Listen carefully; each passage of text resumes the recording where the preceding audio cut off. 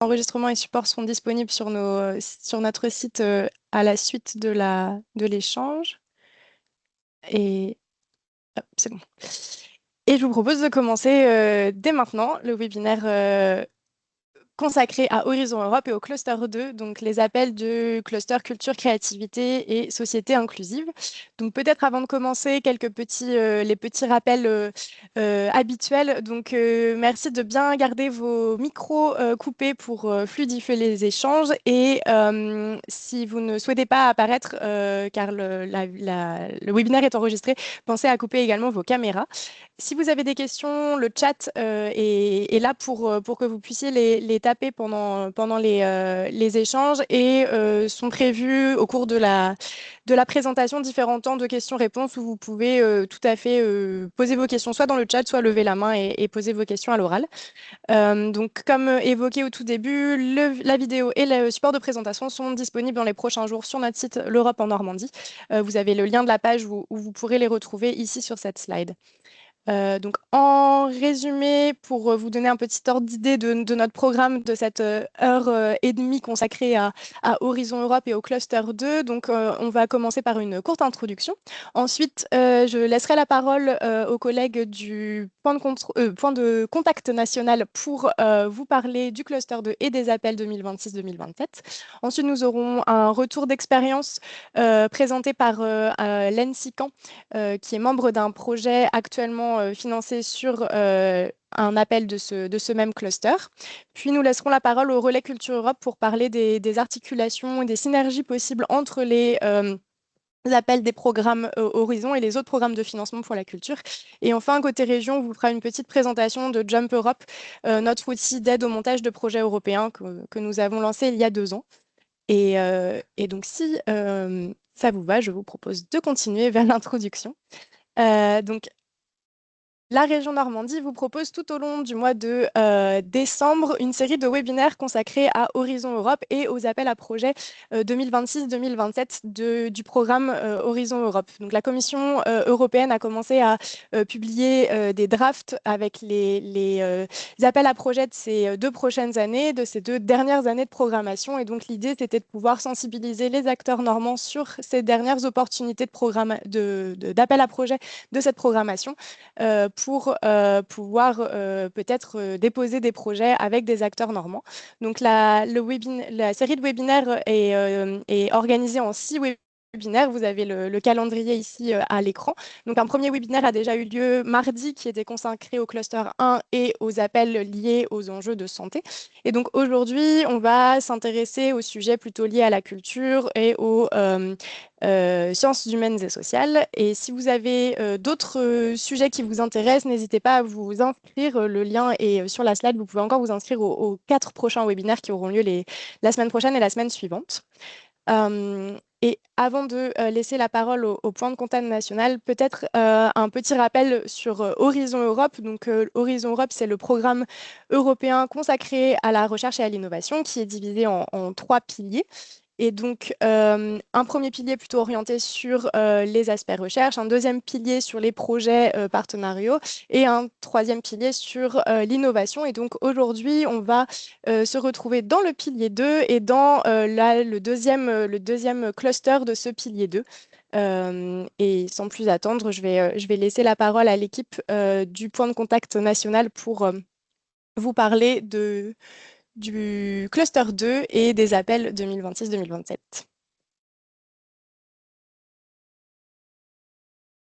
Pardon, je mets mon Oui, micro, voilà, merci. parfait. Alors, je vais vérifier déjà si j'arrive à passer les slides. Oui, tout à fait. Pas de problème. Merci. Donc, nous, alors donc je suis Sylvie Gangloff et je suis ici avec mes 2 collègues, Margot Buridan et Carolina Gutiérrez. Nous représentons le point de contact national sur le cluster 2 et les projets collaboratifs en sciences humaines et sociales. Alors, en fait, les points de contact nationaux, on est là pour vous informer sur les appels, sur l'esprit des appels cluster 2 et autres appels sur cluster, pour vous expliquer un peu de quoi ils retournent. On fait donc des actions de sensibilisation, on fait des webinaires, on a un site internet, on a des fiches pratiques, on a la liste des appels, on a un guide des appels.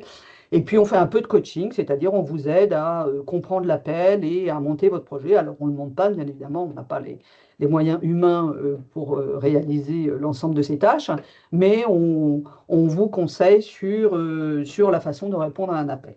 Donc, voilà pour les points de contact nationaux. Et bien évidemment, nous avons des collègues sur les autres clusters, le cluster 1, 2, etc. Enfin, 4, 5, industrie, climat, énergie, voilà.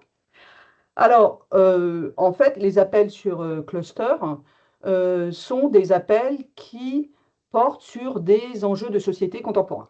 Donc, on est vraiment sur des thématiques où on réalise de la recherche fondamentale, mais pas uniquement, hein. On est dans le cadre ici d'un programme cadre de la DG Recherche de la Commission européenne, donc ce sont des projets de recherche, mais si on est là pour produire des connaissances, on est aussi là pour proposer des solutions.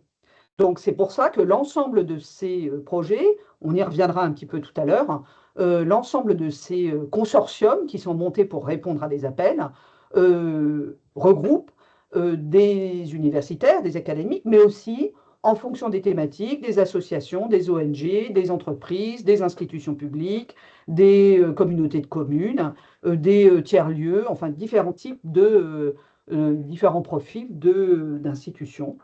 Et donc, si le volet recherche est important, c'est donc un tiers de la note, l'excellence, il y a aussi un volet impact qui est important, puisqu'on doit proposer des méthodes, des moyens, des outils, des recommandations de politique publique pour améliorer les choses.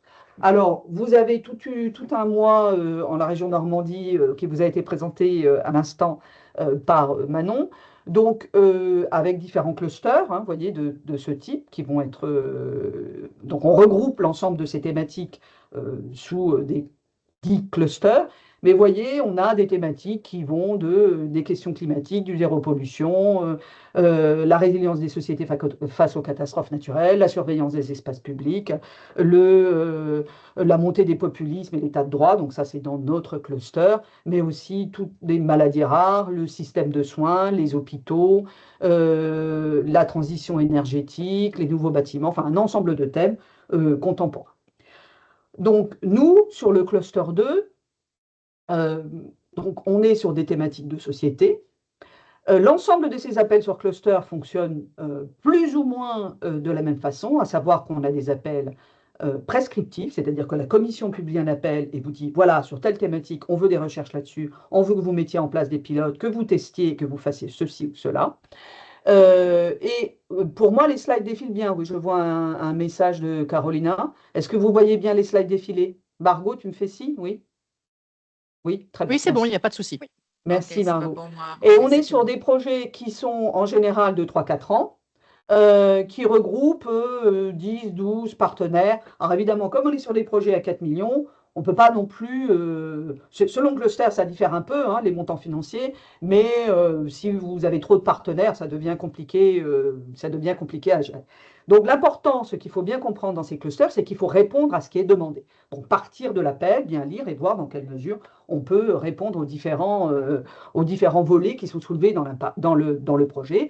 Donc ici, et on va y revenir parce que c'est ce qu'on va vous présenter, on est sur des appels qui portent sur la montée des populismes, la désinformation, la digitalisation, numérisation, l'impact sur l'intelligence artificielle sur les conditions de travail, sur les modes de vie, l'impact des réseaux sociaux, comment préserver notre patrimoine, comment gérer le télétravail, enfin un certain nombre de thématiques, des thématiques sociétales.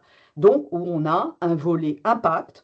On va vous demander, par exemple, on va parler de remise en cause de la démocratie, beaucoup. Et si on vous dit, tester des méthodes de démocratie participative, eh bien, on va voir, par exemple, il y a des bonnes pratiques. On va monter des pilotes dans 4, 5, 6 pays en Europe où on va tester, admettons, par exemple, localement, dans une grande ville, une ville moyenne, une petite ville, voilà, dans différents types de milieux, des différents types de démocratie participative, hein, de vote participatif, comme on a le vote participatif dans certaines villes déjà. Et puis, donc, on travaille avec des chercheurs. Dans ce cas de figure, dans l'exemple que je viens de vous donner, on travaille avec des institutions locales, éventuellement avec des associations, éventuellement avec une PME qui développe un outil informatique pour mettre au point ce vote à distance. Bon, voilà. Donc, on est sur des thématiques sur lesquelles on va répondre et monter quelques expérimentations, quelques pilotes et essayer de trouver des solutions et des méthodes qu'ensuite on va vous demander de disséminer, c'est-à-dire de porter la bonne parole ailleurs.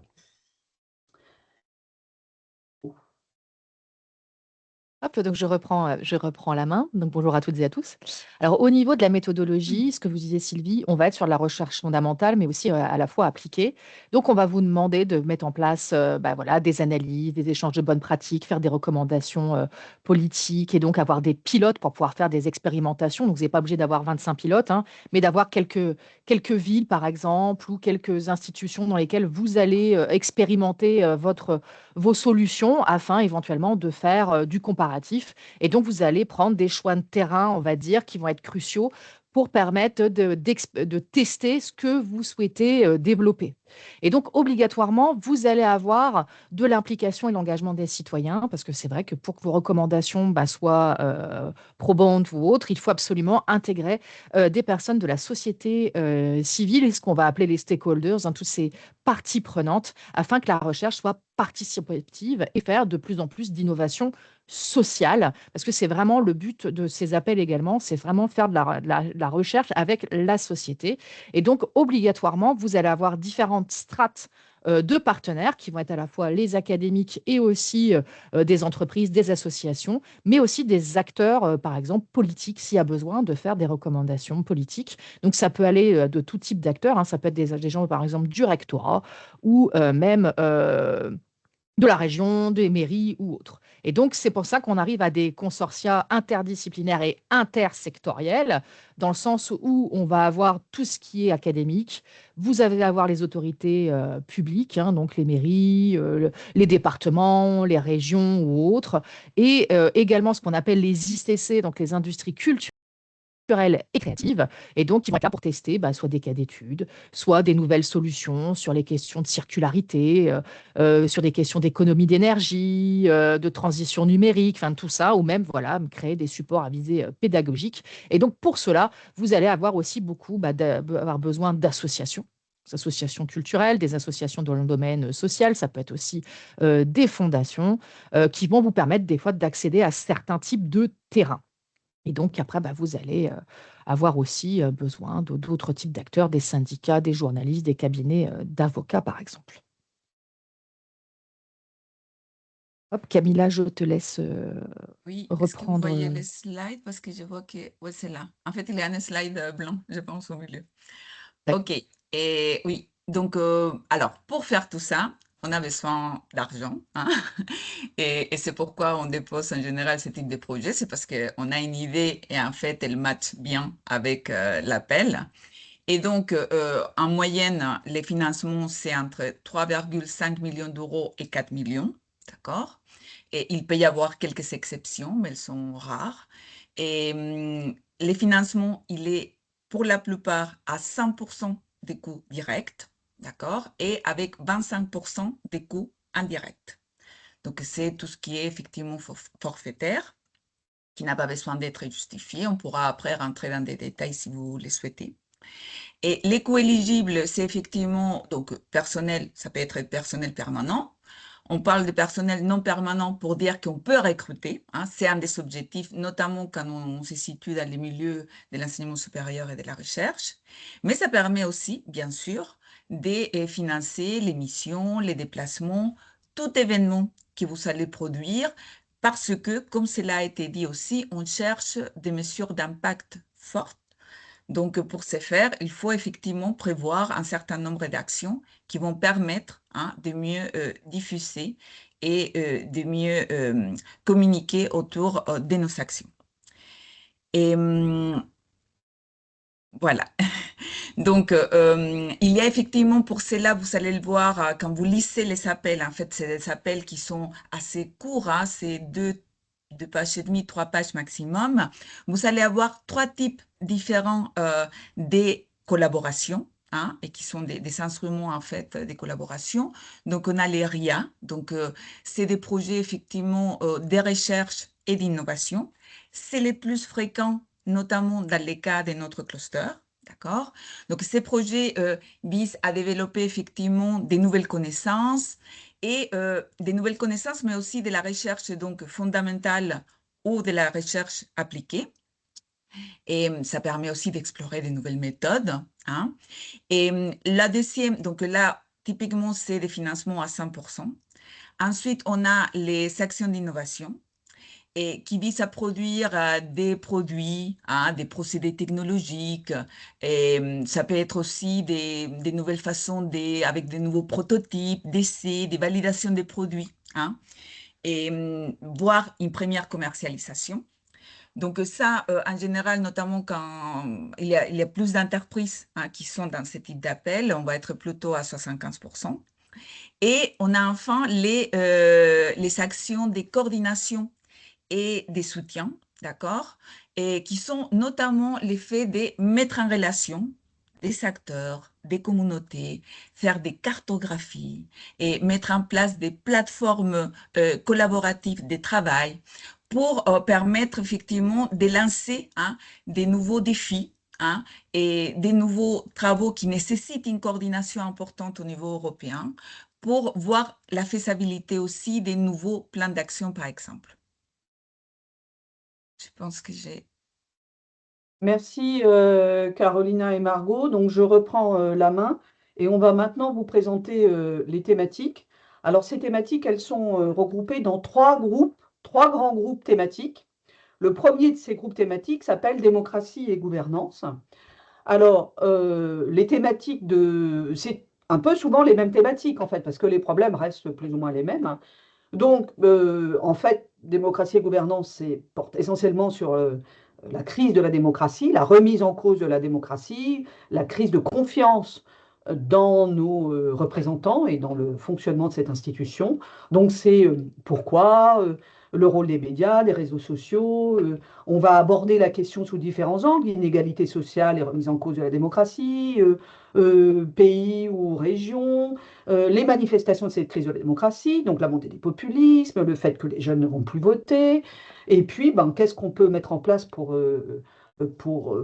remédier, qu'est-ce qu'on peut mettre en place. Donc, il y a beaucoup d'appels, par exemple, sur la démocratie participative, mais pas uniquement, hein, ça peut être sur beaucoup d'appels également sur les contenus éducatifs, notamment dès qu'on aborde les questions de désinformation. Comment est-ce qu'on peut éveiller la conscience citoyenne des jeunes? Donc là, on va monter, par exemple, beaucoup de projets avec des collèges, des lycées, où on va mettre en place des interventions qui vont au-delà des cours habituels d'éducation morale et civique qui existent déjà en France. Et puis, on fait des tests dans d'autres pays où il y a d'autres outils qui ont été mis en place. Mais donc là, on teste un certain nombre de choses. Donc, dans le domaine de l'éducation formelle ou dans le domaine de l'éducation informelle. Voilà. Et puis, donc, beaucoup d'appels sur l'état de droit, l'élargissement, la guerre en Ukraine et tout ce qui est discours de haine, radicalisation, donc qui vont de pair avec tout ce qui est relatif à la désinformation. Alors, je vais laisser, mais on vous laissera donc les diapositives seront disponibles, hein, les collègues de la région Normandie vont vous laisser l'ensemble du document. Donc ici, vous avez les thématiques de 2026, et puis sur la slide suivante, celle de 2027. Bien évidemment, on ne va pas vous présenter tous les appels, ce sera un peu chronophage, et ce sera l'objet d'un webinaire sur les appels 2026 que nous organisons le 20 janvier. Mais on va vous présenter 4 appels par groupe thématique pour vous montrer un peu les différents types de thèmes. Alors, premier exemple, donc, qui est un appel de 2026 sur les violences contre les mouvements féministes et LGBTIQ. Donc là, qu'est-ce qui se passe? C'est surtout un peu sur ce qu'on appelle le backlash, là, le fait que donc on a déjà eu un appel sur les mouvements masculinistes l'année dernière. Hein. Donc c'est les réactions. Donc un volet analyse, comprendre le phénomène, qu'est-ce qui se passe, voilà, analyser des discours, des réactions. Et puis, qu'est-ce qu'on peut faire? Donc, encourager des collaborations entre les mouvements féministes et les médias, les écoles, les ONG. Est-ce que il peut y avoir, là encore, je reviens dans l'exemple des écoles, par exemple, hein, des interventions de mouvements féministes dans les écoles? Est-ce qu'on peut mettre en place des modules, des présentations, des documentaires, des formations à la sensibilisation et à l'éveil de tel ou tel public? On vous demande aussi un petit focus sur le harassement en ligne. Donc là, il y a beaucoup, beaucoup de harassement en ligne parce que forcément, les gens se sentent un peu protégés par le réseau social utilisé. Donc voilà, un ensemble de choses qu'on vous demande, là encore, d'examiner avec un volet très académique, hein, étude des narratifs, et puis mise en place de solutions, donc avec différents types d'institutions qui pourraient être partenaires sur ce projet. Deuxième exemple, on est là sur toujours ce qui est un peu, enfin, un des gros problèmes de notre société actuellement, c'est la désinformation. Et ça va aller, ça va être de pire en pire. Donc là, on a déjà eu beaucoup de sujets, donc à chaque fois, ils ont un angle d'approche un peu particulier. Donc l'angle d'approche ici, c'est les pratiques des citoyens. Comment est-ce qu'ils approchent les médias et comment est-ce que les médias, eux, enfin les comportements des uns et des autres, avec un petit focus, et c'est pas la première fois sur le rôle des algorithmes. Donc le fait que quand vous regardez une information, eh bien le réseau social, Facebook, enfin des gens de mon âge, vous propose des articles dans la même veine. Donc c'est un problème parce que les gens s'enferment dans des silos d'informations et il n'y a plus de pensée critique. Donc là aussi, il y a un volet. Alors, je dis toujours empowerment parce que j'ai un peu de mal à trouver un terme en français. Donc, aider les citoyens à se prendre en main, si j'ose dire. Donc, développer l'esprit critique des citoyens. Et on a aussi un volet un peu bonne pratique, voir ce qui a déjà été fait sur le sujet. Donc, aider les gens à analyser, enfin, à appréhender l'information et à avoir un esprit critique sur l'information. Voilà. Donc, troisième sujet, qui du coup, là, est un sujet en 2027, c'est sur les collaborations possibles entre les familles et les écoles, toujours dans un esprit de développer. En fait, ils sont très inquiets à la Commission européenne sur le désinvestissement des jeunes par rapport à la question politique. Et donc, sa conséquence qui est un peu la montée des populismes. Donc, là encore, on revient sur cette question d'éveil à la citoyenneté et donc d'éducation à la citoyenneté. Donc là, quel pourrait être le rôle des familles? Comment est-ce qu'ils peuvent être impliqués? Comment est-ce qu'ils peuvent intervenir ou pas? Qu'est-ce qu'on peut faire? Et un deuxième volet qui est sur ce qu'on a en France, les conseils d'élèves. Il y a des conseils d'élèves au collège, au lycée, ou des conseils de lycéens. Est-ce que ces conseils, on a là des élèves qui, a priori, sont un peu plus impliqués que les autres? Quel rôle ils peuvent jouer? Donc là encore, mettre en place des tests, des pilotes, voir ce qui se passe ailleurs, chercher des pratiques un peu innovantes. Là encore, on vous demande toujours de cibler. Là, par exemple, ils vous donnent le choix de la tranche d'âge libre. Parfois, dans les appels, ils vous disent, bon, bah, ciblez les 15-17 ans, par exemple. C'est une demande. Donc là encore, on lit l'appel et on voit ce qui est la demande formulée dans l'appel. Dernier exemple, et vous voyez qu'on est toujours sur les mêmes thématiques qui reviennent.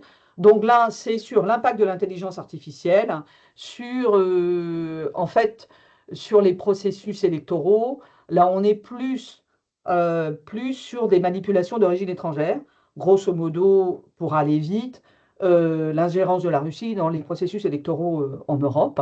Donc, en fait, il y a plein de deepfakes, il y a plein de reproductions volontaires ou involontaires. On demande les gens comment ça se fait qu'ils vont aller cliquer et faire suivre une information qui est une fausse information. Donc là, l'influence de tous ces fake news sur les perceptions des gens, en fait, le fait que les stéréotypes sont un peu exacerbés avec les réseaux sociaux. Voilà, donc on vous présente par destination 4 appels, mais bien évidemment, on peut, à votre demande, intervenir sur d'autres appels et je passe la main à Margot pour le groupe thématique suivant. Hop, ça y est, j'ai pris le contrôle. Alors, au niveau de la destination 2, donc le groupe thématique suivant qui va être vraiment sur les questions de culture et de patrimoine culturel, hein, donc au sens dans le sens anglo-saxon du terme, hein, donc ça prend vraiment tout le type du patrimoine. On va être sur des thématiques qui vont être assez récurrentes, voilà, sur les questions de protection des sites patrimoniaux et des monuments historiques, que ce soit sur une protection en lien avec les menaces anthropiques, des menaces en lien avec l'érosion, les changements climatiques.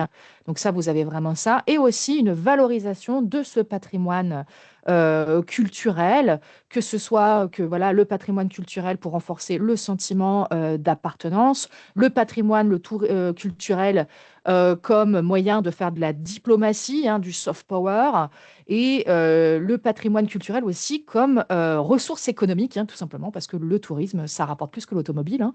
Et donc, ben voilà, comment on peut aussi développer des nouvelles manières de faire du tourisme et de mise en valeur de ce patrimoine, toujours avec des questions transversales, avec les questions numériques et les questions écologiques. Et on a souvent aussi un très gros focus sur les industries culturelles et créatives qui sont un moteur d'innovation et de compétitivité au niveau européen. Donc voilà, comment on peut aider ces ICC à se développer, à passer la transition aussi en lien avec l'intelligence artificielle. Donc pour 2026, au niveau de cette destination, on va aller avoir plusieurs appels. Donc avec un appel que je vais approfondir un petit peu après, sur les questions d'amélioration des compétences au sein des entreprises et des établissements publics et de stimuler l'innovation et la compétitivité grâce à l'art et à l'intelligence artistique. On aura aussi un appel sur la question de stimuler par les innovations disruptives les startups créatives. On va avoir aussi un appel sur la question de l'intelligence artificielle au niveau des ICC afin de créer plus de compétitivité et d'innovation.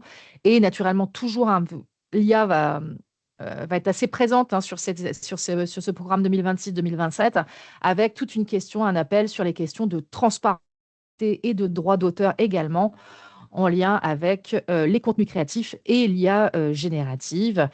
Et après, plusieurs appels de les partenariats mondiaux, préserver la diversité linguistique en Europe et un appel sur les menaces anthropiques, sur les questions de trafic de biens illicites, trafic illicite des biens culturels, pardon. Et pour 2027, on va avoir aussi des appels sur l'écosystème européen d'innovation, une plateforme de soutien sur les questions de d'IA aussi, et mettre en place une plateforme plus éthique qui va devoir voilà, regrouper pas mal de ressources sur les questions d'IA et de création. Un appel sur les questions d'économie circulaire et les questions de patrimoine et d'artisanat, la santé, le well-being en lien directement avec la culture, et également un appel sur l'économie créative avec des interactions entre les secteurs créatifs et l'économie sociale, donc les questions aussi d'inclusion, de développement et compétitivité. Un appel sur les questions de tourisme. Un impact également, où là, on aura pas mal de projets qui vont être pris sur l'impact sociétal du patrimoine culturel. Un appel également sur la sauvegarde et la transmission du patrimoine culturel immatériel. On a eu un précédent appel comme ça aussi sur ce patrimoine culturel immatériel en 2025. Et là, ce qu'on va appeler un open topic, ça veut dire tout simplement, on va prendre 5 projets. C'est un appel qui est un peu plus libre en termes de prescription, qui va être voilà, exploiter pleinement le potentiel du patrimoine culturel des arts et les industries culturelles et créatives. Alors, pour ce premier appel, donc sur l'intelligence artistique, voilà, on va partir du constat que tout simplement les artistes, les secteurs créatifs, les secteurs culturels ont tendance à utiliser les outils numériques, hein, ce qu'on appelle souvent les STEM, sauf qu'à la base, souvent, ce ne sont pas des gens qui ont fait des écoles d'ingénieurs ou qui sont des mathématiciens ou autres. Donc, ils ont développé ces connaissances par rapport à des besoins qui vont être des besoins créatifs. Et on se rend compte que tout simplement, ils ont une vision qui est totalement différente que celles qui ont les ingénieurs ou les gens dans les entreprises. Et donc, l'idée de cet appel, c'est de les faire matcher tout ça et de voir quelles sont les collaborations qui vont être possibles et où est-ce que ça va amener afin de permettre à des gens qui sont dans des entreprises ou dans des services publics de retirer un petit peu leurs œillères. Donc, c'est un appel qui est assez intéressant sur ces questions-là. Et donc, on va vous demander soit de choisir un focus sur les questions de créer des nouvelles compétences au niveau des secteurs publics et privés, ou alors un autre focus, on va vous demander de développer des outils technologiques avec les entreprises, donc à faible niveau technologique, hein, dans l'absolu, on va être vraiment sur des pré-outils. Et donc, vous allez devoir mettre en place des pilotes, et donc avec l'exploitation de nouvelles technologies, type la VR, l'IA ou l'XR. Ensuite, on va voir cet appel sur la diversité linguistique et le multilinguisme en Europe. On a eu plusieurs appels sur ces questions-là, tout simplement parce qu'on souhaite encourager le multilinguisme et qu'en Europe, on a quand même énormément de langues qui sont parlées par moment par les pays, mais aussi par beaucoup de minorités. Donc, on va vous demander de formuler des recommandations politiques, de renforcer aussi cet engagement citoyen sur les questions de la préservation des langues et aussi favoriser le dialogue intergénérationnel, parce que souvent, ce sont les personnes d'un certain âge qui continuent à parler une langue et que les jeunes se sont un petit peu détachés de ces langues qui vont être régionales ou autres, des fois même à profit de l'anglais, hein, tout simplement, et donc de mettre en place cette transmission. Et on va vous demander également de vous rapprocher de différents projets qui ont déjà été financés sur ça, et donc de regarder ce qui a été fait, éventuellement de mettre à jour plusieurs bases de données qui sont déjà existantes. Et donc, on va vous demander de faire une cartographie de cette diversité linguistique et surtout, voilà, avoir plusieurs disciplines qui se croisent, pas essentiellement des gens des sciences de l'éducation ou des linguistes, mais d'avoir des sociologues, des historiens pour comprendre cette diversité linguistique et qui est des fois des lieux à des changements de conflits, de migration ou autres. Et donc, on va prendre 2 projets à 5,75 millions. Donc là, c'est un peu les exceptions que vous présentez tout à l'heure, Camilla. Puis, on va être sur 2027, on va avoir un appel sur la question d'élaborer des voies vers une économie circulaire et on va se focaliser vraiment sur le secteur des industries culturelles et créatives et on va vous demander de développer des nouveaux modèles commerciaux évolutifs, durables et inclusifs et donc de créer des questions de circularité, donc avec des focus plus sur l'artisanat, donc comment créer cette circularité des matériaux, des pratiques au sein de l'artisanat, également sur les questions adaptatives du patrimoine culturel bâti, dans la réadaptation, dans la question des outils, des pratiques. Et on va aussi avoir un autre focus sur la question du patrimoine alimentaire et de l'innovation gastronomique. Donc, voilà, comment on peut fédérer des groupes avec des producteurs, des personnes qui produisent des denrées, les restaurateurs, et après, voilà, les questions des déchets. Voilà. Et après, un dernier focus sur les questions de circularité en lien directement avec le design et donc aussi ces questions aussi d'artisanat, mais de production. Et donc, on va vous faire des recommandations sur la question du New European Bauhaus ou même d'aller voir ce qu'est la définition des villes créatives par l'UNESCO. Ensuite, un autre appel de 2027 qui va être sur la pérennité d'un tourisme culturel et durable. Donc, on en a déjà eu des appels précédents sur la question du tourisme, on va dire plutôt dans les zones rurales. Et là, on va avoir plutôt sur un autre appel sur comment assurer la pérennité du tourisme culturel de version durable avec un prisme en lien direct avec le numérique. Donc, comment, par exemple, faire en sorte que l'IA puisse vous permettre d'avoir plus de durabilité au niveau du tourisme, des méthodes qui ont été choisies, que ce soit par la traduction multilingue et surtout que que ça puisse vous réduire aussi les coûts et créer des nouvelles expériences touristiques.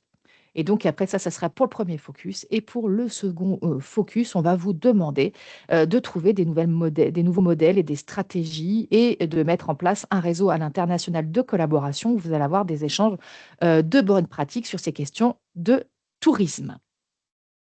Voilà, et je te laisse, Carolina, reprendre la main. Voilà, parce qu'il reste 9 minutes. au total. Donc, je vais essayer d'aller assez vite, mais n'hésitez pas après à revenir avec les questions. Juste pour dire qu'effectivement, la troisième destination concerne les transformations socio-économiques. Globalement, on va être vraiment sur des aspects d'inégalité. Hein, tout type d'inégalité, inégalité d'accès aux soins, inégalité d'accès au logement, inégalité d'accès effectivement à un environnement qui soit sain, hein, et inégalité d'accès à une bonne éducation, au marché du travail, etc. Et ensuite, donc, il y a différents types de déclinations et qu'on va pouvoir voir maintenant avec les appels. Vous voyez mon slide? Oui, c'est bon? Non? Ah. Moi, je vois pas défiler. Vous aussi, tu vois, Margot, défiler? Tu es toujours sur la Non. destination 3. Est-ce que tu as besoin que je fasse défiler tes slides à ta place? Oui, s'il te plaît, parce que Il n'y je a pense pas qu'il de y a un souci. problème qui a été déjà détecté. Donc, on Alors, peut écoute, effectivement, donc on est sur les appels là, 2026, ça bouge s'il de te votre plaît. côté, il n'y a pas de souci? Ok, Impeccable. merci beaucoup. Donc, on est sur les appels 2026. Juste pour dire que les appels donc, de cluster 2 seront publiés les 12 mai, hein, pour effectivement avec une deadline le 16 septembre. Et donc, on a une dizaine d'appels hein, qui sont listés ici. Vous pourrez vous référer effectivement après au document. Et on va faire un focus sur 2 appels en 2026. Tu peux passer en 2027, s'il te plaît. Et donc, 2027, et du coup, je ne vois pas, mais bouge-moi. Et donc, en 2027, effectivement, on a aussi à nouveau une dizaine d'appels et on fera à nouveau les focus sur 2 appels qui nous paraissent particulièrement intéressants peut-être pour l'audience d'aujourd'hui. Donc, d'abord, effectivement, on va avoir un appel, par exemple, on a dit qu'il y avait les aspects d'éducation qui sont visés par cette destination. Donc, on est sur les déclins des compétences des jeunes en mathématiques, en lecture et en sciences. Vous le savez, il y a beaucoup de données en fait sur cette problématique-là. Il y a les enquêtes PISA, hein, n'est-ce pas, qui concernent tous les pays de la OCDE.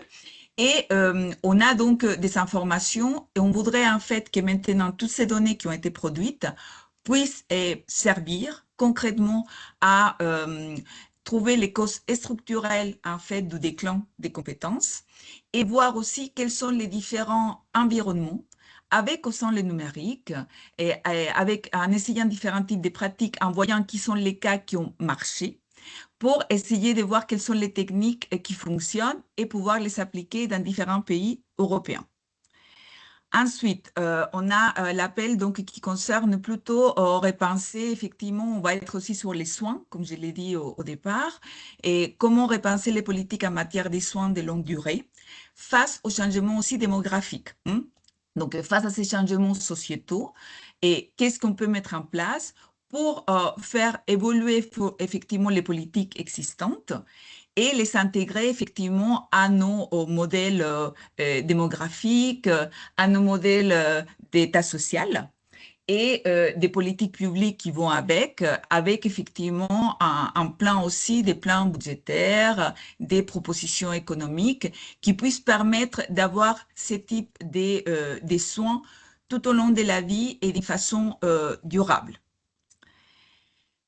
Et donc, typiquement, on va voir, comme vous le voyez, hein, par les biais des thèmes, il y a beaucoup de multidisciplinarité hein, et des projets qui cherchent à être multisectoriels. Donc, on va avoir des disciplines comme l'économie, selon la sociologie, la science politique. Ça peut être aussi des collègues qui travaillent en psychologie. Hein. Donc, voilà.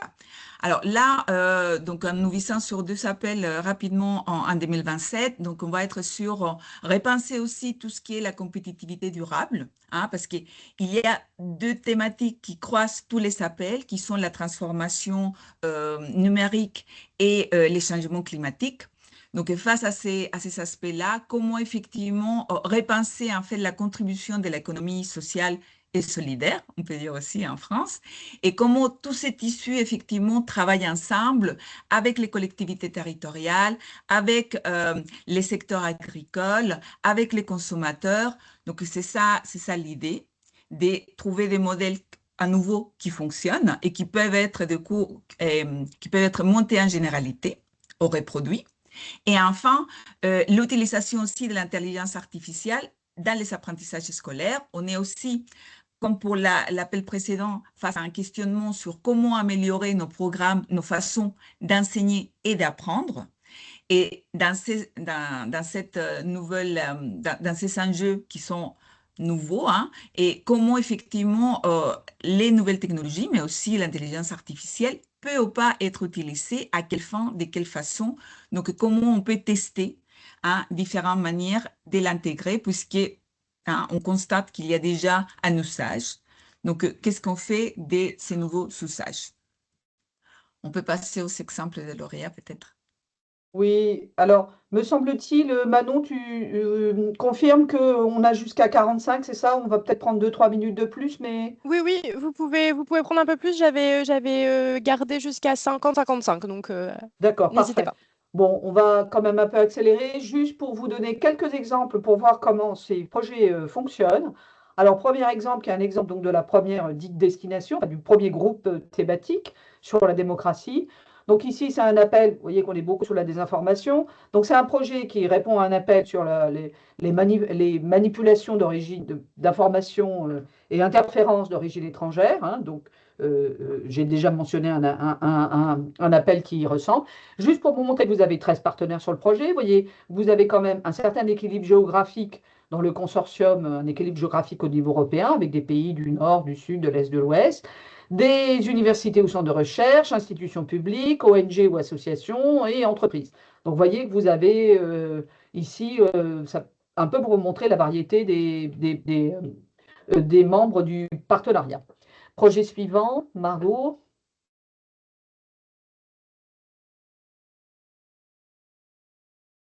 Ton micro, Margot. Excusez-moi. Bon, alors là, si on était sur le projet Nardive, hein, porté par Aix-Marseille, donc on était sur vraiment un appel en lien avec les questions de soft power, de réconciliation au niveau de l'Europe par le biais de la culture. Et donc, c'était vraiment un appel qui partait du constat de la guerre en Ukraine, jusque les questions nord, enfin les questions est-ouest, et donc comment identifier des bonnes pratiques de diplomatie culturelle et de mettre en exergue les mauvaises méthodes. Et donc là, on était sur plusieurs pays qui étaient partenaires, et donc on avait un mix d'académiques, mais aussi énormément de centres culturels et de fondations.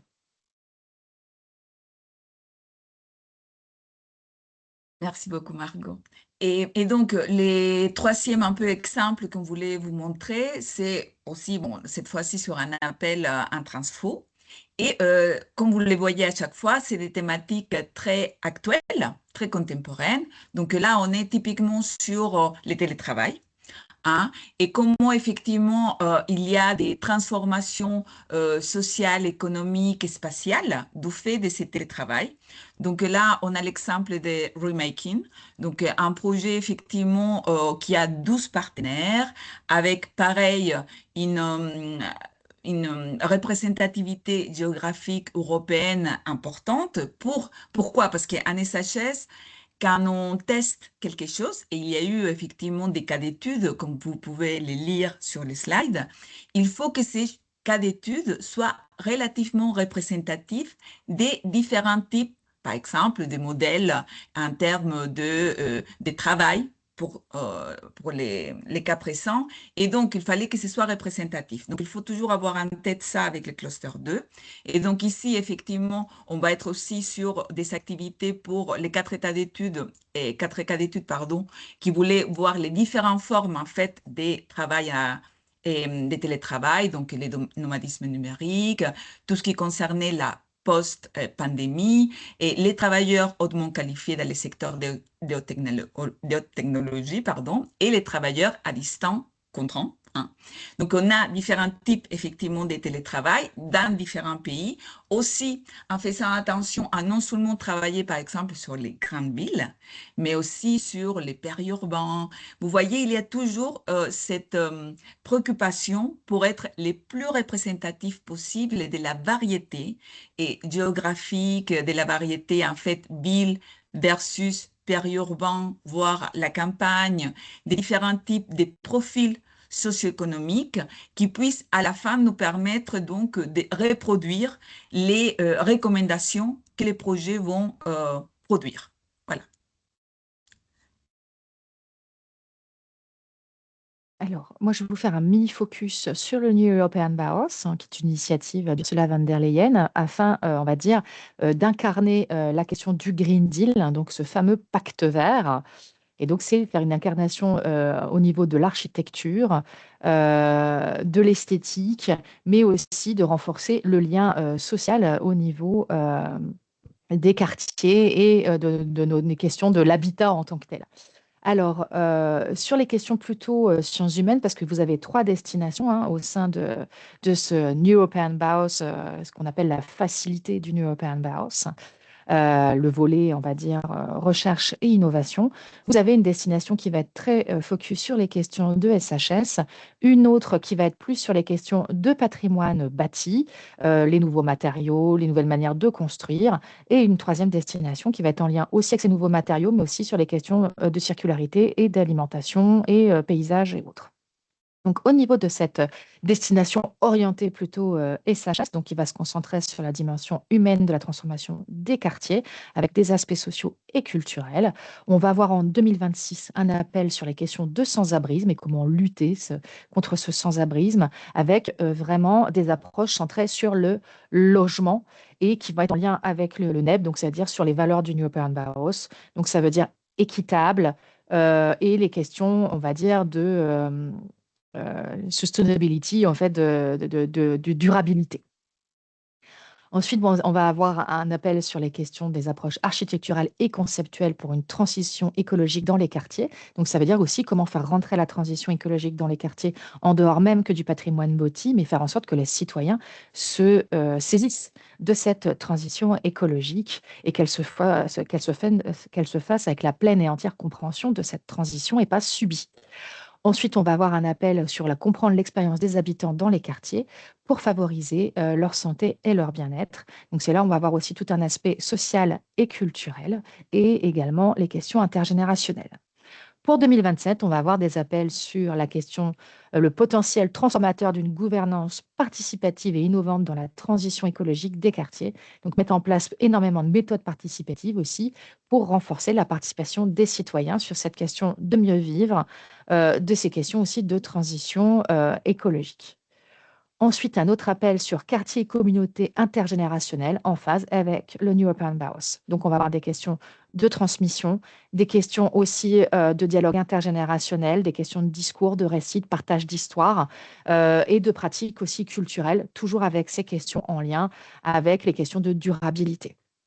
Et le dernier appel de 2027, ce sera vraiment sur des nouvelles combinaisons de connaissances et de méthodes de recherche pour traiter les questions sociales et favoriser une transition écologique équitable des quartiers également.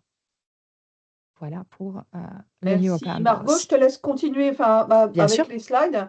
Donc, bien sûr, on répondra à vos questions sur les appels qui n'ont pas été traités, sur le Bauhaus, tout ça. Enfin, il y a un petit temps d'échange prévu si vous avez des questions.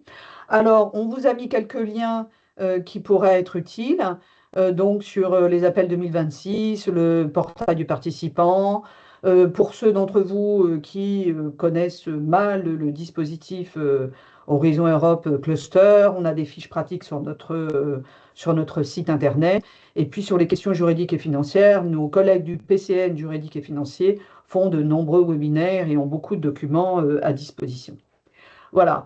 Alors, juste deux petites choses. Alors, il y a un dispositif d'aide au montage de projet, mais alors attention, ça ne concerne que les institutions de recherche, c'est-à-dire soit les académiques, les universités ou les organismes de recherche, ou autres institutions qui disposent au moins d'un laboratoire de recherche. Donc, on a eu par exemple des écoles d'art, certaines ont pu postuler, mais ce n'est pas le cas de toutes les institutions. Donc, n'hésitez pas à revenir vers nous sur ce dispositif donc, de l'Agence nationale de recherche, donc, qui est une agence exécutive de l'État qui finance des projets de recherche que les universitaires connaissent très très bien, mais peut-être d'autres types d'institutions connaissent un peu plus mal, un peu moins bien. Donc, revenez vers nous si vous êtes concerné par ce dispositif.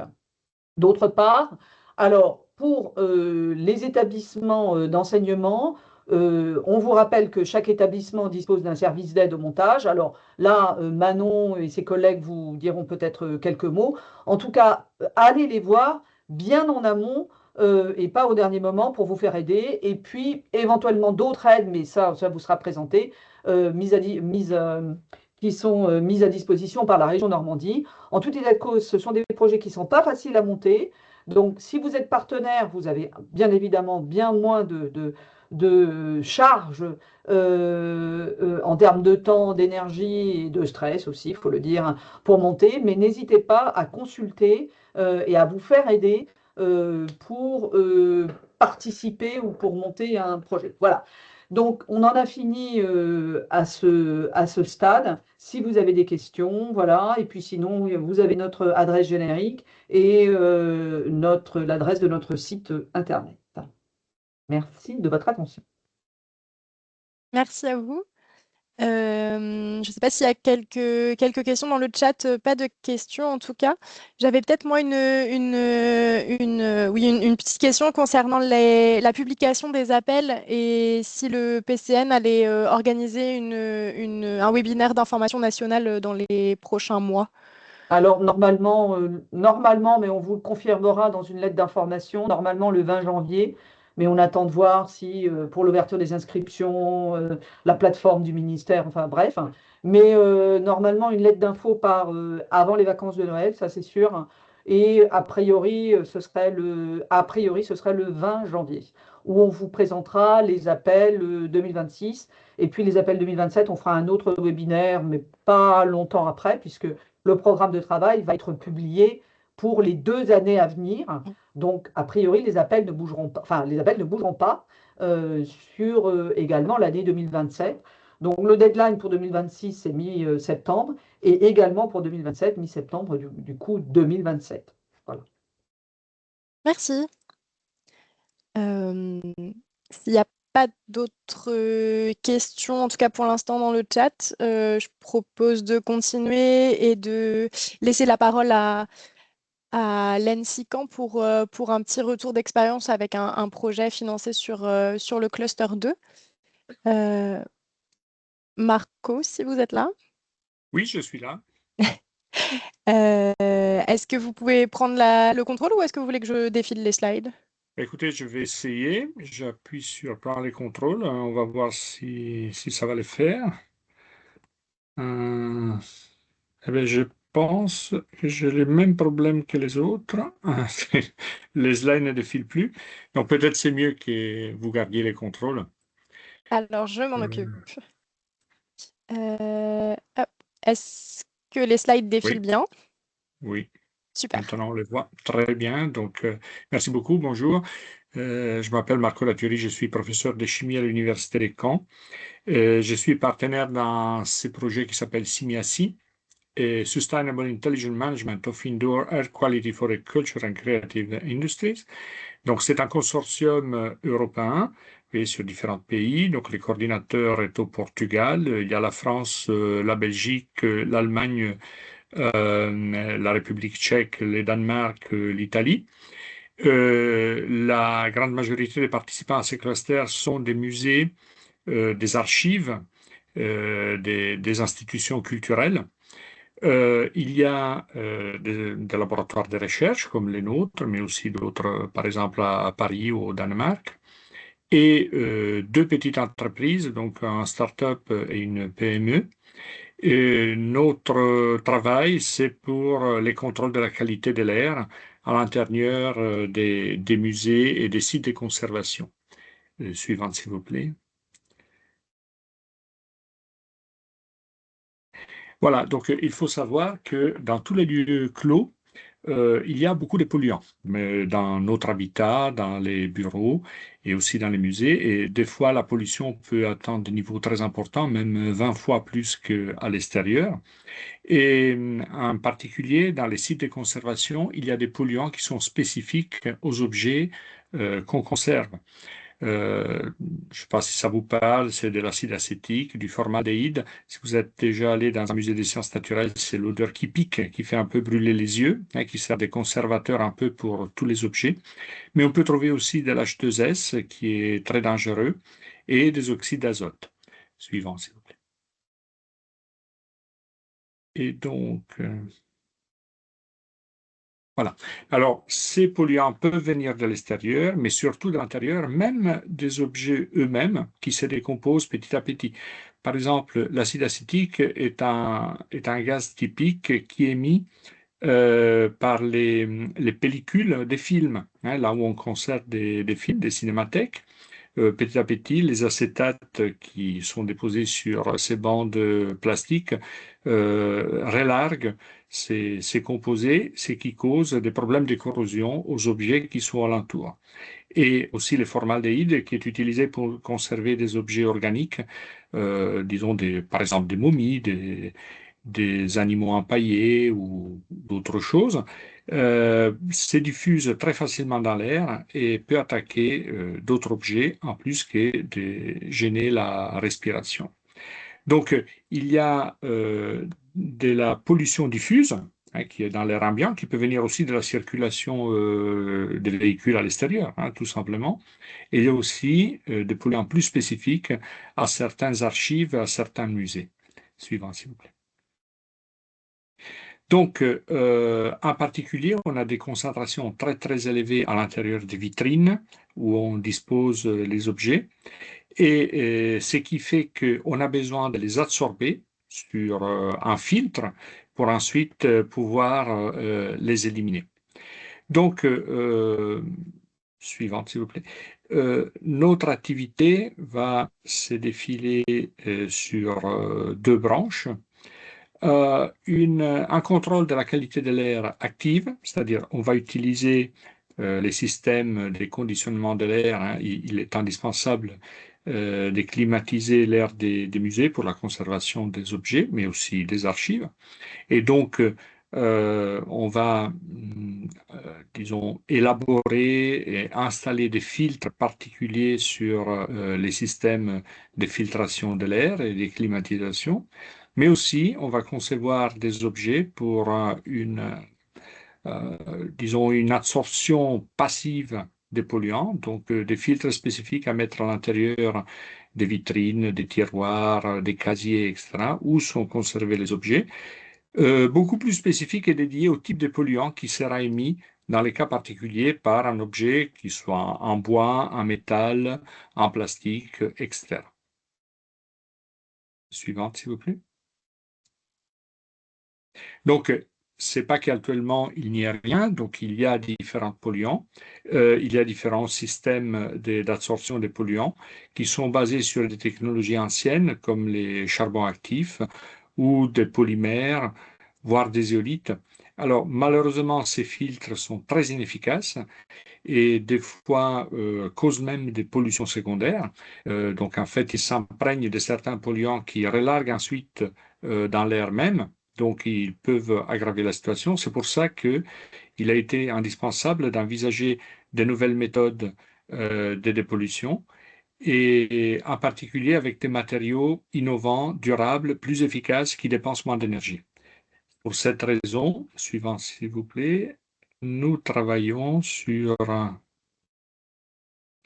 l'utilisation des Metal Organic Frameworks. Ce sont des matériaux hybrides très novateurs. Vous en avez peut-être entendu parler. Il y a quelques jours, les prix Nobel pour la chimie a été attribué justement à trois scientifiques qui ont été se sont distingués sur la préparation, la conception de ces matériaux.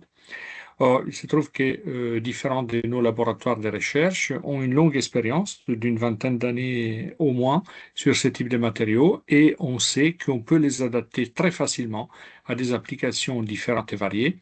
Et en particulier, ils sont très efficaces pour les contrôles de la qualité de l'air.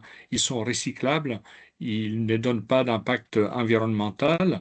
Et actuellement, il y a encore des limitations, comme tout matériau nouveau présentent des coûts de production relativement élevés parce qu'ils sont faits juste à petite échelle dans les laboratoires.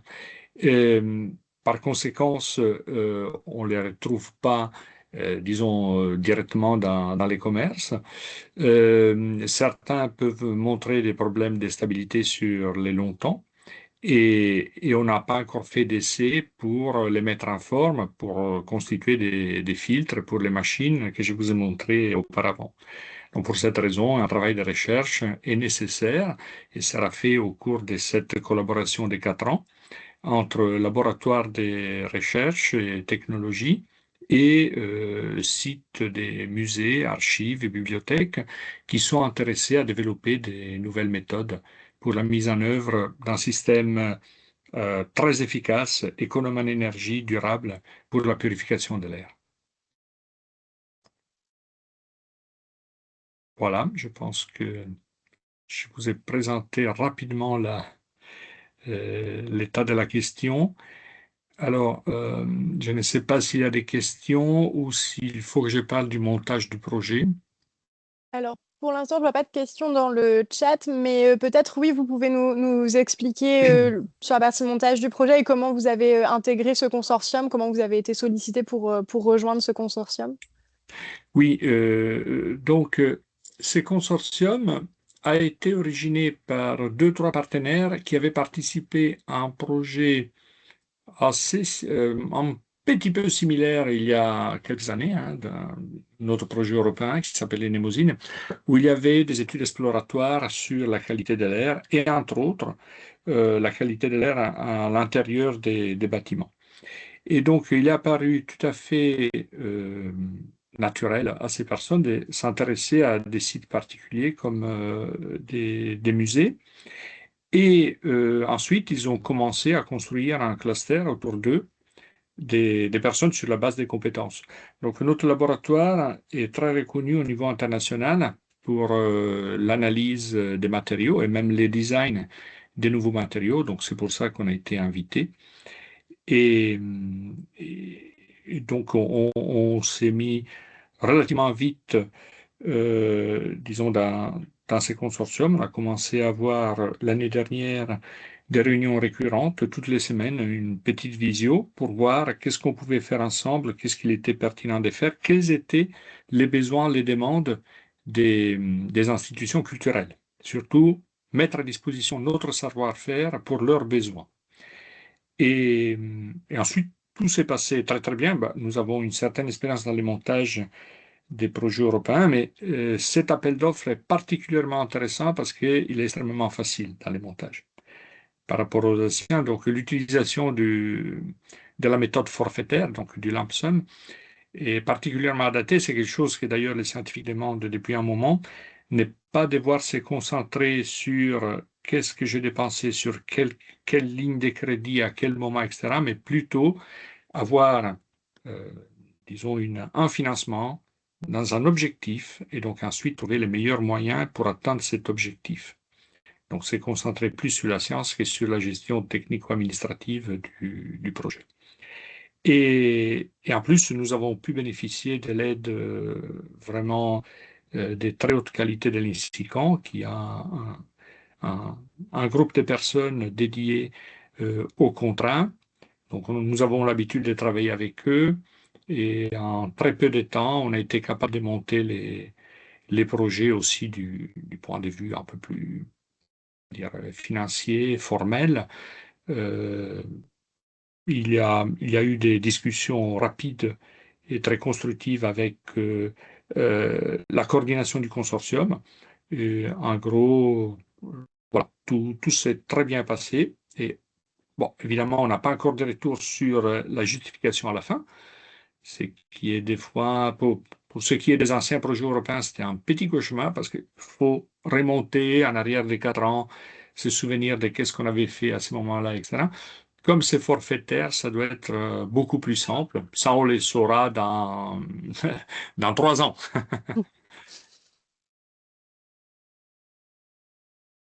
Merci, merci pour votre retour d'expérience. Est-ce qu'il y a d'autres questions dans le chat? Je n'en vois pas pour l'instant.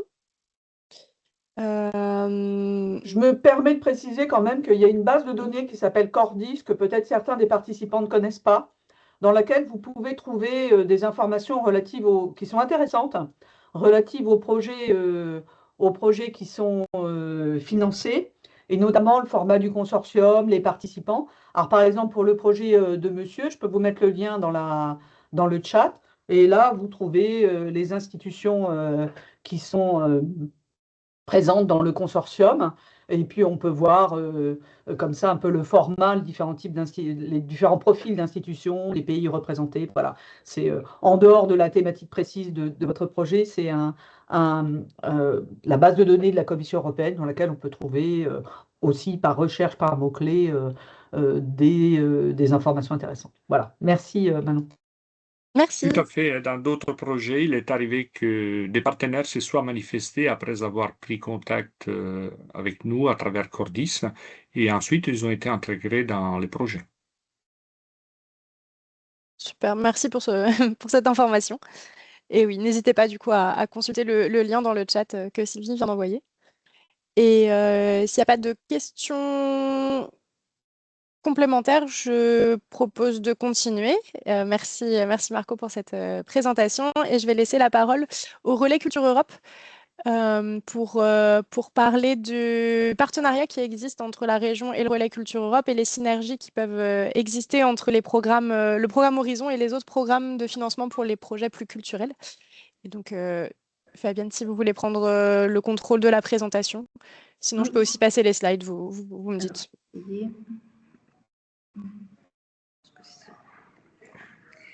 Oui, merci Manon. Bonjour à toutes et à tous. Donc, déjà vous introduire le Relais Culture Europe. Donc, je suis moi-même Fabienne Trott et je suis ici avec ma collègue Anne Njegou. On travaille au Relais Culture Europe au sein du pôle formation, recherche, innovation. Alors, le Relais Culture Europe agit en tant que bureau Europe Créative France, c'est-à-dire qu'on a une mission de point de contact national d'assistance technique pour le programme Europe Créative, qui est le programme européen dédié à la coopération culturelle et créative en Europe. Et au-delà de ce dispositif Europe Créative, dans notre mission de bureau Europe Créative, on a aussi le rôle de faciliter la compréhension de la synergie entre les différents programmes européens. Donc, dans ce sens, on est amené avec les acteurs qui viennent nous voir, ou avec les acteurs avec lesquels on est en relation, de les préorienter vers d'autres dispositifs, qu'il s'agisse d'Erasmus+, sur les questions d'éducation, formation, jeunesse, du programme CERV, Citoyenneté, Égalité, Droit, Justice, ou encore d'Horizon Europe, donc préorientation, pour les renvoyer ensuite, le cas échéant, vers les PCN Horizon Europe. On est soutenu pour cette mission par la Commission européenne en tant que Bureau Europe Créative, également par le ministère de la Culture et par le CNC, qui est le Centre national du cinéma et de l'image animée. Dans nos différentes formes d'action, je ne vais pas tout citer, mais l'un de nos rôles, c'est de bien faire comprendre aux acteurs et aux actrices culturelles et créatives le contexte européen, c'est-à-dire vraiment les amener à bien voir les articulations avec les enjeux des transitions numériques, écologiques, la question également de l'engagement, de la participation citoyenne, de la démocratie, la question de l'égalité des genres, de la diversité, de l'inclusion, voilà, pour en citer quelques-uns. Et puis, on a aussi, de fait, un rôle de mise en relation, de connexion, sachant qu'on a des homologues, Bureau Europe Créative, dans les autres États qui participent au programme Europe Créative et qu'on peut solliciter ces bureaux aussi pour faire de la mise en relation sur Europe Créative, mais pas que, aussi sur les autres programmes européens. Avec la région Normandie, on a une convention partenariale, on parle de Lab Europe, donc le Lab Europe Normandie. Cette convention vise à la fois à soutenir la mise en coopération européenne des acteurs, actrices culturelles et créatifs normands, et puis également d'animer un réseau régional informel de facilitateurs. Donc, on a en tout 6 structures normandes qui ont ce rôle de facilitateur, donc qui ont ce rôle de aussi préorientation sur les dispositifs européens, et on travaille donc avec elles de façon très proche, voilà, sur des tables rondes, sur des temps de réflexion. Et puis, dire aussi que le 7 janvier prochain, donc on aura un forum public, on a un forum tous les ans, donc avec la région Normandie et au siège donc à Caen, à l'abbaye aux Dames de Caen, et un temps qui sera dédié à la fois justement à bien donner ce panorama général sur les dispositifs européens qui peuvent être, dont peuvent bénéficier les acteurs culturels, et puis aussi de faire des retours d'expérience, des ateliers plutôt techniques sur la coopération, et également enfin une série de rendez-vous. Donc les inscriptions sont ouvertes pour ce forum du prochain Lab Europe Normandie. Voilà, merci pour votre attention.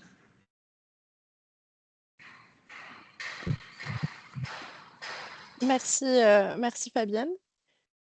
Je vois qu'il n'y a pas de questions dans le chat, donc je vais proposer d'avancer et je vais reprendre le contrôle, et de terminer par une petite présentation de l'outil Jump Europe, qui est un outil d'aide au montage de projets européens développé par la région Normandie.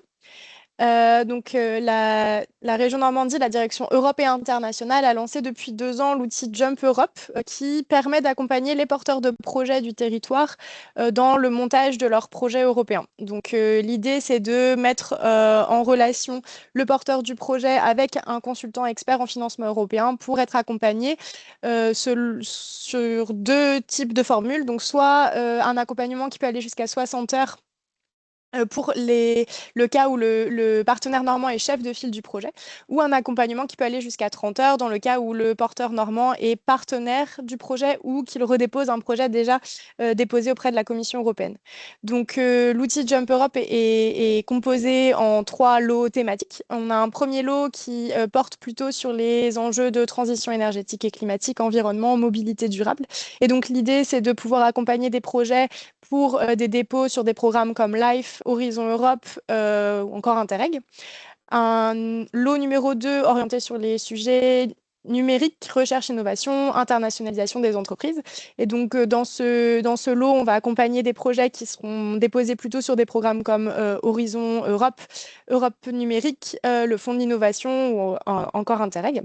Et enfin, un dernier lot orienté sur les sujets citoyenneté, jeunesse, éducation, formation, culture, industrie créative, et qui concerne plutôt les projets déposés du côté des programmes Erasmus+, Europe créative, citoyenneté, égalité, droits et valeurs, Interreg notamment. Oui, Sylvie, je vois que vous avez une question. Oui, oui, merci. Et alors, vous confirmez que sur le lot 3, c'est-à-dire citoyenneté, jeunesse, éducation, formation, culture, industrie créative, le programme Horizon Europe n'est pas couvert? Pour nous, c'est plutôt sur le lot 2, du coup, que les appels du cluster 2 pourraient être accompagnés, dans le sens où les consultants qui sont déjà choisis par la région sur chacun des lots, les consultants du lot 2 connaissent mieux le programme Horizon Europe. Bien. C'est Voilà. dommage, mais bon. Mais du coup, ils peuvent être accompagnés, hein. Il n'y a pas de problème. C'est accompagné Oui, du coup bien. sur le lot 2. Mais voilà. Oui, mais pas nous. La plupart de nos appels à nous sont quand même, enfin, concerneraient plutôt le lot 3, en fait. Voilà. Mais d'accord. Bien, merci. Donc les activités qui peuvent être soutenues par cet accompagnement portent notamment sur de l'aide, un soutien méthodologique sur la compréhension des questions des formulaires. Ça peut être un appui à la rédaction ou un appui à la relecture et analyse critique. Ça peut être de la recherche de partenaires, de l'aide au dépôt sur les plateformes de la commission, ou de l'aide aussi pour établir le budget du projet. Donc, sont éligibles les programmes cités juste avant, et donc les projets plutôt orientés FESI et MIE ne sont pas éligibles au dispositif Jump Europe. Et petit point complémentaire, donc la région Normandie attend d'un porteur qui souhaite mobiliser Jump Europe d'avoir déjà identifié son programme de financement européen, idéalement d'avoir aussi identifié l'appel auquel il souhaite répondre, d'avoir déjà des bonnes pistes de travail, donc une idée de projet déjà un peu établie et d'avoir les moyens de s'impliquer pleinement dans le travail d'accompagnement qui est réalisé avec les consultants, parce que voilà, l'accompagnement de Jump Europe peut aller jusqu'à 60 heures, mais ça ne couvre pas toute la rédaction d'un projet.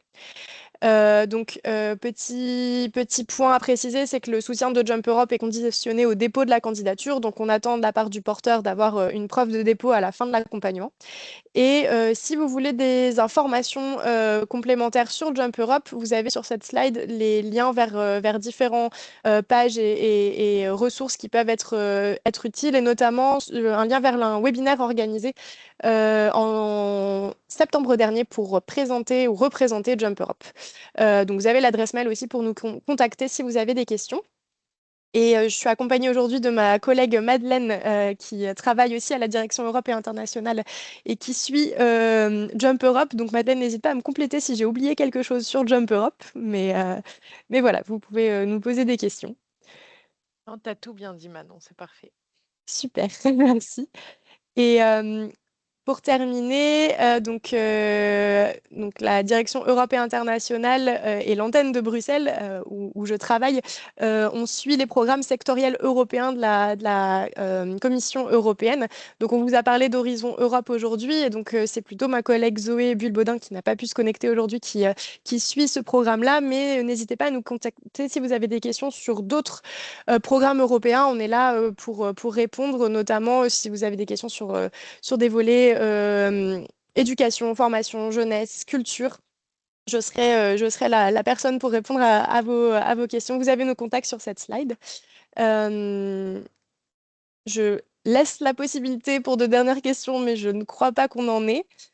Et si on n'a pas de questions, je vous propose de terminer ce webinaire ici, et donc de vous remercier d'avoir participé. Merci au Point de contact national, au Relais Culture Europe et à l'ENSICAN d'être intervenu aujourd'hui.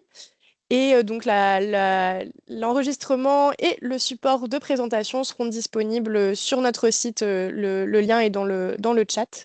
Et voilà, un grand merci à tous. Merci bonne journée. d'avoir organisé Merci à vous l'événement. toutes et tous. Au revoir. Merci. Merci Bonne beaucoup, journée. Manon. Merci, au revoir.